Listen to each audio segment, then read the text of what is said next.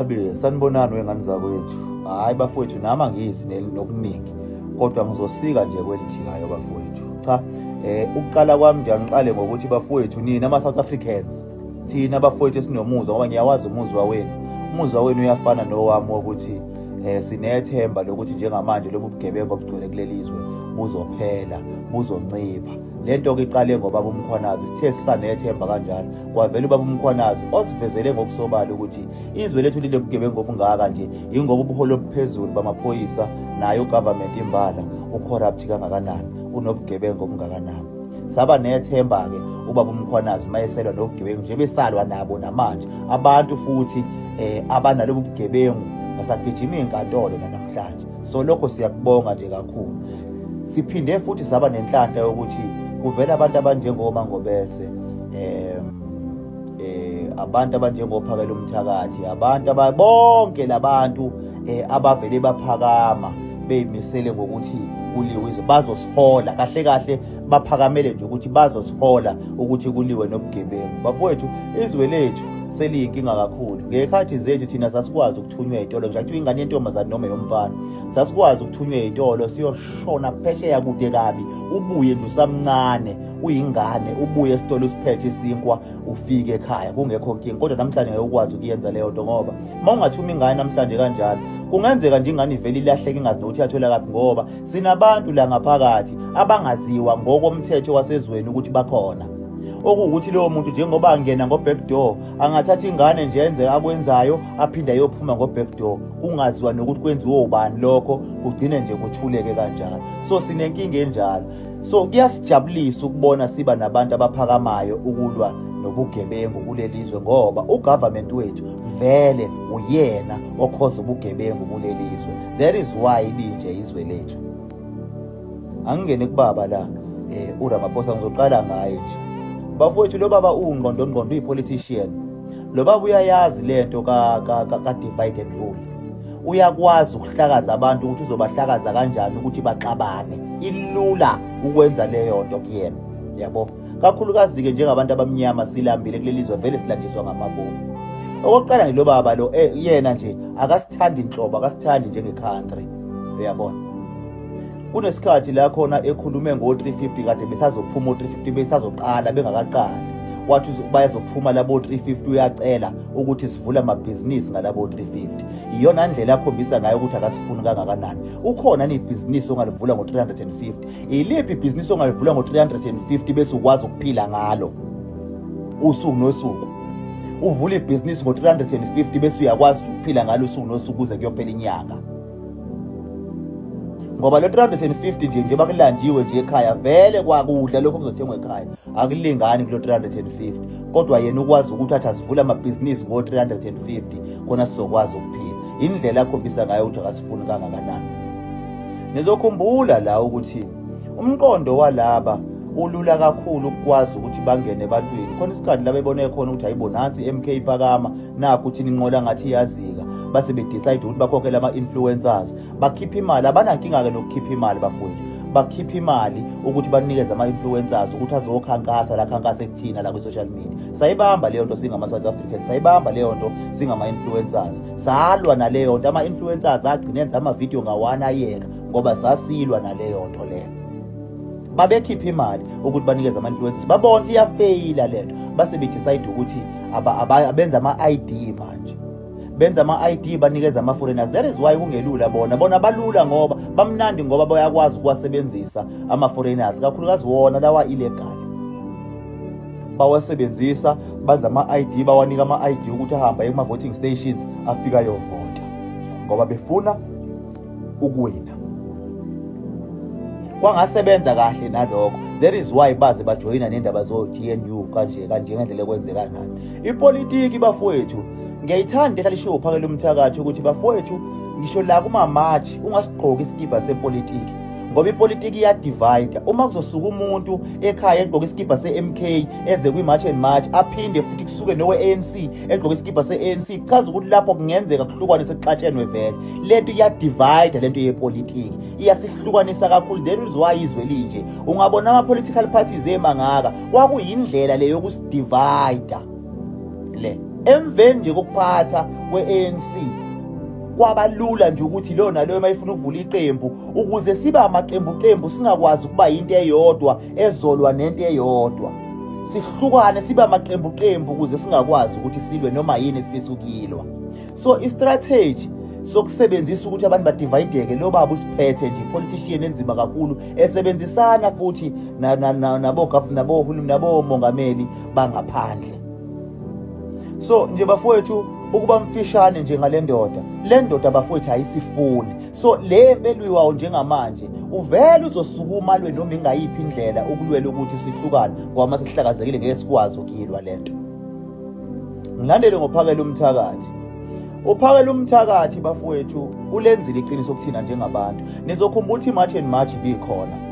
Thina njengabantu besilisa nje besingayinakile nje kakhulu lento ibiyenziwa abantu besifazane sithi hey bebemasha abantu besifazane lapha ya nalawo bantu leyo qeqebani labantu besifazane ayimasha nalo uMangobese. Sasibonde hey bayasebenza labantu besifazane hey bayalwa ayikhona. Kodwa lensizwa saze sanqenqwa yiyona isiluyisa isincengela ukuthi asingeneni sijoyine March and March sijoyine sizosupport le nhlangano ukuze sikwazi ukuthi silwe nalento yama illegal foreigners la eSouth Africa.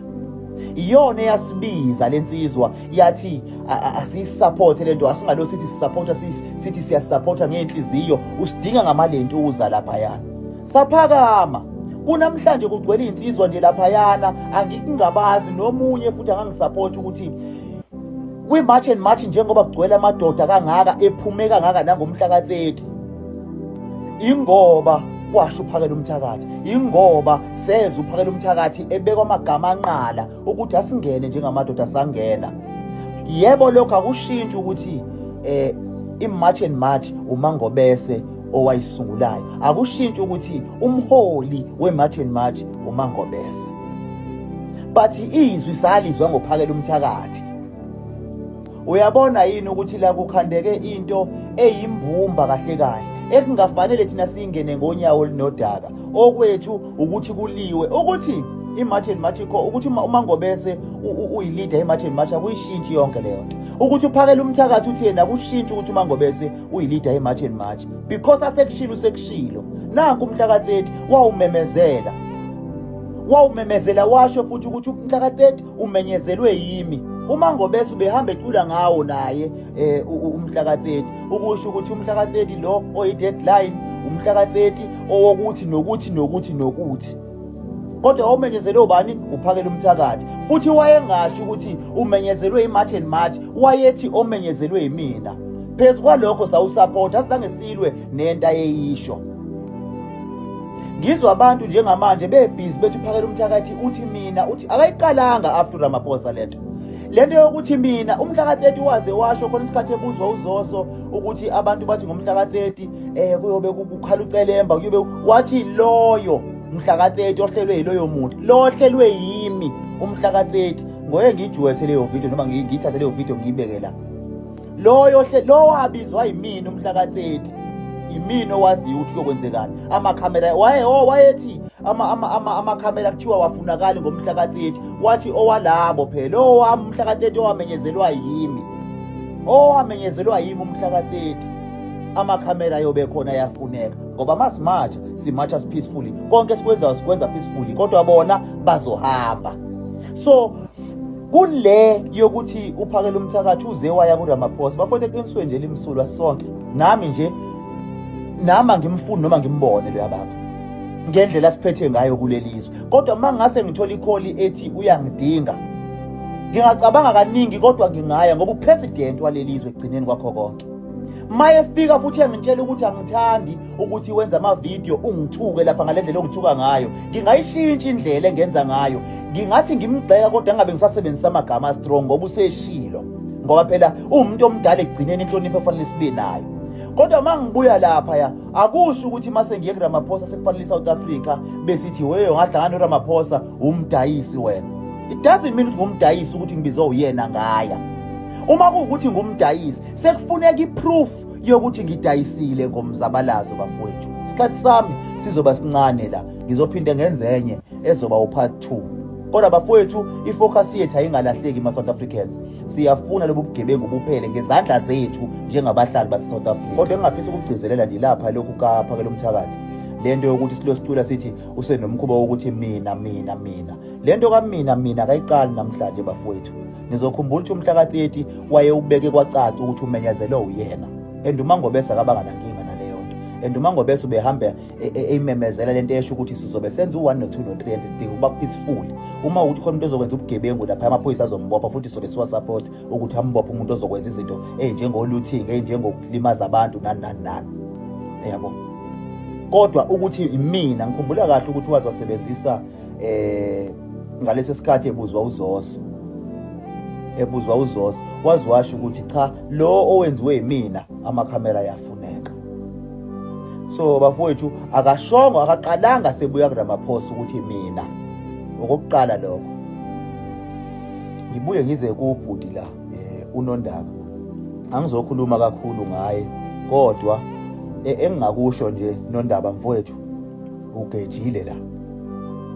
I-press briefing usheshe wayenza and le press briefing ibe wrong ngokuthi uzo-attacker amanye amalunga abaholi be-March and March. Ngoba njengoba nikhona lapha wena njengelakho uPhakela Umthakathi njengensizwa nomnsizwa, uMangobese njenge-March and March nabanye ngokuhlukana kwabo ngokunjalo.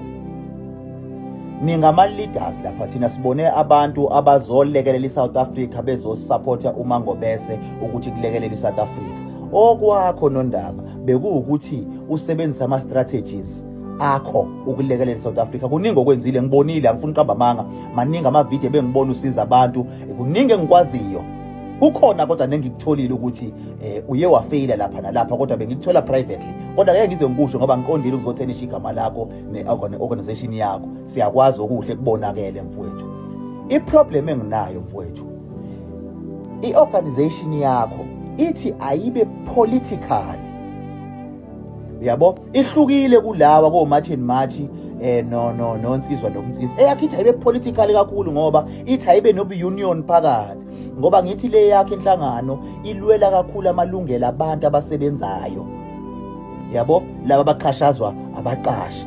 Ithi ayilwele yona. So ithi ayibe political imbijana. So ithe ukuhluka kancane. So lento yenzayo nge-press briefing, oyenza kule press briefing, ithi ayibe kube i-political strategy sokuqeda uPhakela Umthakathi amandla. I-wrong mfowethu into yokuthi nithi ningabaholi kube ubona abantu njengamanje bane-crisis, fanele ungene wena uzoxazulula abantu ukuzobanikeza ithemba ukuthi lento kodwa isazolunga, siyaqhubeka bese wena uzogxeka abaholi abanye abathenjwe abantu, kakhulukazi uPhakela Umthakathi njengomuntu osenze umsebenzi ongaka kwi-March and March. Yabo, kugcwele insizwe ezingaka nje, ngeke sikubalekele ukuthi akuwena Nondaba uPhakela Umthakathi njengoba kugcwele insizwe ezingaka. Yebo bakhona abantu abangene ngawe Nondaba, kodwa kugcwele insizwe ezingaka nje uPhakela Umthakathi. Yabo, so ukwenza kwakho kubukeka njengento yokuzomqeda amandla kulamandla nawo.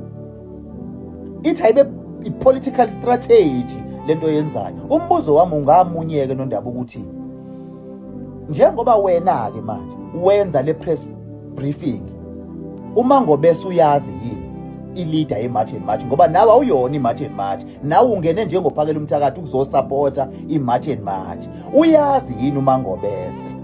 Umtshelile nisenenza manje le press briefing, navumelana ukuthi sengiyoyenza i-press briefing. Uma kuwukuthi nivumelene Nondaba, nirongi nonke ngoba nibukeka njengamanje njengabantu abazohlasela uPhakela Umthakathi ukuze nimqede amandla phezulu kwalento. Izoba lapha amandla ayo kanti uma ukuthi anibafuna abantu abanamandla, makuzokwenzeka abantu mabeba namandla ngaphezulu kwenu bese ningabathandisisi kahle. Because lento yenzayo njengamanje yokukhuluma ngemali, lokhuluma ngayo ukuthi uPhakela Umthakathi uyitholile lapha yanje, ubukhuluma ngo3 million nje. Abukho ubufakazi obuvezayo ukuthi kunemali. Nabantu bayakholwa abantu baseSouth Africa ngoba bahlale benovalo, ngeke ngibagxeke mina. Bahlale benovalo ukuthi hawu nje bese buya lapha futhi njengoba kukhuluma wena bakuthembile.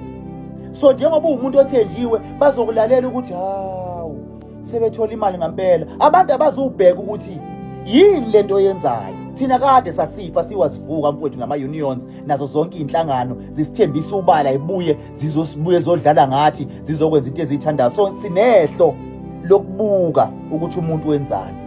So inhlangano yakho mfowethu yinhle yenza umsebenzi wayo lo yewenzayo. Nawe njengamanje ungenile ukuzosupport i-March and March. Yiba ingxenye mfowethu yokuthuthukisa i-March and March. Ungangeni uzogxeka ama-leaders amanye i-March and March, uzogxeka abanye abantu abalekelelayo ukuthi i-March and March iye phambili. Because mawugxeka uPhakela Umthakathi unama-millions abantu athembe yena njengamanje la South Africa. Amadoda ase-South Africa athembe uPhakela Umthakathi. Njengalokhu abizwe uyena wathi wadinga ngamasende lapha. Mawuzonakusisa kahle amadoda maye khona lapha eshuthi ama-video athi sesiwalethile bafana bakithi ngoba babizwe uyena wathi asilethe amasende. Ngiyaxolisa ukubiza leyo gama, angiyeni into obiza lawo magama, kodwa ngilibiza ngoba ngifuna uzwe ukuthi ngisho ukuthini. Yabo. So inhlangano yakho mfowethu izokhula yebo ngoba vele umsebenzi nawo futhi siyayibona isibindi sakho nemsebenzi yakho, kodwa akukho right ukuthi uze ebantwini uzobaqeda amandla nethemba kade benalo nge-March and March ukuthi izobalekelela ezintweni bazothola imisebenzi kuzokwenzeka lokhu nalokhu yaya. Nokuzoqeda amandla nje uPhakela Umthakathi ukuthi azizwe njengomuntu ongathembakali, maye vele ebantwini uzoba njengomuntu ongathembakali ebantwini nangenxa yakho njengomholi manje. Bekungcono egxekwa abantu. Mawuzokwenza wena i-press briefing ngingaphatheka kabuhlungu uma kuwukuthi awumtshelile nawe uMangobese kodwa uvele wenza i-press briefing uzomosha i-organization yakhe. Ngingaphatheka kabuhlungu futhi uma kuwukuthi bewumtshelile uMangobese nasenihlangana wena lakho ne-March and March nahlangana ukuthi nizokhuluma ngoPhakela Umthakathi la ukuthi usebribiwe kodwa bungekho ubufakazi. So bengilapho bafowethu, angikho kude kakhulu, kodwa mfowethu i-organization yakho iyathandwa abantu. Sengibonile ngisho kuma-comments ukuthi i-organization yakho abantu abaningi bayayibona imisebenzi yayo. Bakhona bangitshelile ukuthi khona bangathokozile ngakho okwenzekayo, kodwa ngeke ngize ngikhulume ngakho ngoba ngizile ukuzothenisha down i-organization yakho ngoba baningi abantu abayithandayo, kuningi okwenzayo nesikubonayo kwi-social media. Ngiyacela Nondaba mfowethu, yabo le noma ngingesakwazi sekukucela nje okubhedayo ngoba vele usuze wayenza.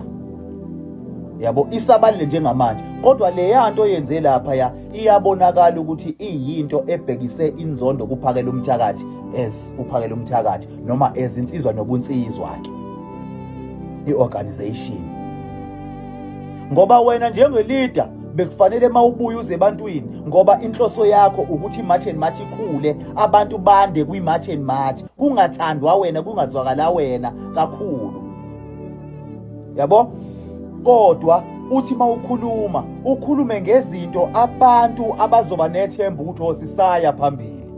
Njengamanje mfowethu njengoba ukhulumile, ayikho into oyithembisa abantu ukuthi babe nethemba, kodwa uyi-leader wena eyingxenye yama-leaders e-March and March, kodwa ayikho into oyithembisa abantu kunalokhu benza abantu baphelelwa yithemba nhlobo. Uyi-leader nima unjalo, akubona ubu-leader lobo osubenze kule press briefing kanti abantu bakuthembile mfowethu.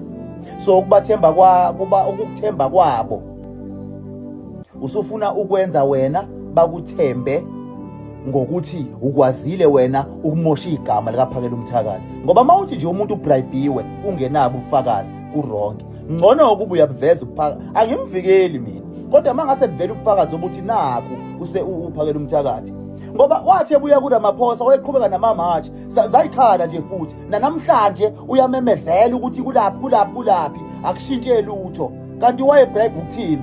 Ngingafike ngokunikeza u3 million ngithi yaka yonke lento uphinde uqhubeke wena usuthola u3 million bese ngingafa umuntu lapho, uyabo.